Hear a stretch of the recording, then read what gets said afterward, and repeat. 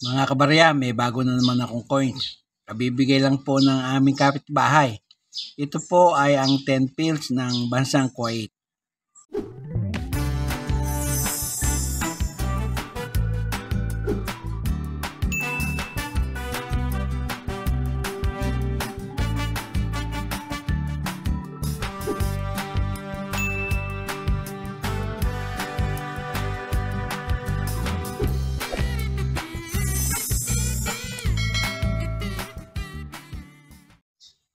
Isang magandang araw po sa inyong lahat, lalo na sa aking mga kabarya at kapwa-kolektor. Sa lahat ng senior citizen at mga silent viewer, maging sa mga kaibigan natin dyan, magandang araw po. Ngayon pong araw ay mayroon tayong natanggap na coins. Isang maliit na coin buhat sa aking kapitbahay. Kabibigay-bigay lang po ngayon at naiisipan ko pong ibahagi sa inyo. Ito po ay ang 10 pills ng bansang Kuwait. Pag-usapan po natin. Sa obverse na bahagi po ng bariyang ito ay makikita natin sa gitna ang kanyang denomination na nakasulat sa Arabic lettering ngayon. 1 tsaka yung parang tuldok.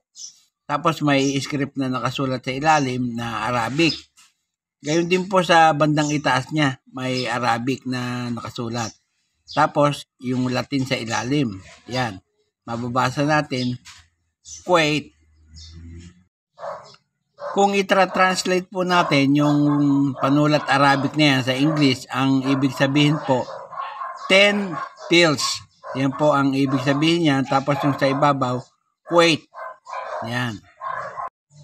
Sa reverse na bahagi naman, ayan, makakita tayo ng isang barko o bangka na naglalayag. Pero po yung disenyo niya, hindi para sa isang bangka lamang, kundi para sa isang barkong pangisda. Yan po, may boom po siya. Ayan o, nakikita nyo. May boom siya na para doon sa hangin, para itulak ng hangin yung kanyang barko at makapaglayag. Tapos po, may plug na maliit. Ayun, sa bandang dulo ng bangka. Yan.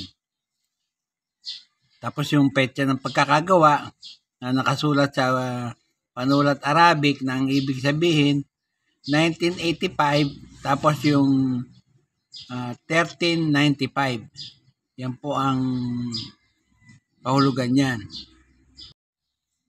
Ito pong sa bandang kaliwa, yan, Gregorian calendar po yan, kaya 1985.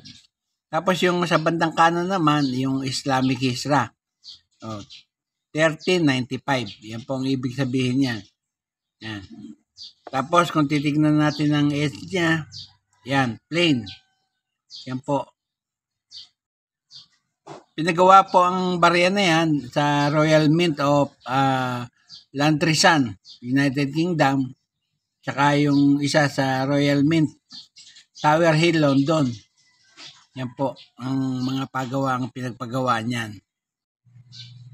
Yun nga po ay nagmula sa bansang Kuwait. Yan, yung emir nung panahon na 1985 ay si Jaber III Ahmad Al-Sabah. Yan po, naging emir po siya magbuhat 1977 hanggang 2006. Nakita nyo naman, 1985 yan. Nag-umpisa siya 1977. Kaya nasa sakupan niya po itong bariyang ito. Standard circulation coin po yan. Ang taon nga po ng pag-iiral niya ay 1382 hanggang 1432 sa Islamic Hijra. Pero sa Gregorian calendar ay 1962 hanggang 2011. Islamic Hijra po kasi ang ginagamit nila. Ang value nga po, 10 pills. Pero kung itutumbas natin sa Philippine peso, yan po ay nagkakalaga ng 1 peso 0.84 centavos. Ang currency po nila dinar simula 1960 hanggang sa kasalukuyan. Ang komposisyon po niya nickel brass. Tumitimbang po ng 3.75 grams at may diameter na 21 mm. Ang kapal 1.5 mm. Ang hubog, makikita nyo naman bilog. Milled ang technique na ginamit at medal alignment ang orientation. May number po na N number 3037 at reference number na KM number 11, school number 10. Dito po sa numista ay may mga presyo na po, pero ang babanggitin ko na lamang po ay yung para sa kanyang petsa, yung 1395. Yan po. Yung pong very fine yan ay nagkakahalaga ng 11 pesos, tapos yung extra fine po ay 29 pesos. Dito naman po sa eBay, ang presyo niya po, yung may petsang 1422 o yung 2001 ay nagkakahalaga ng $1.49. Yan po. Tapos po, dito sa pangalawang eBay, kapag ang petsa ng inyong barya ay 1382. Yan po. O 1962. Nagkakalaga po ng 6.88 pounds. Yan po.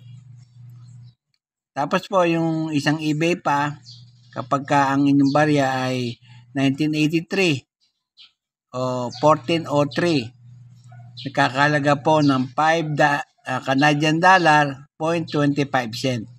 5 Canadian dollar 0.25 cent. Yan po ang halaga niya.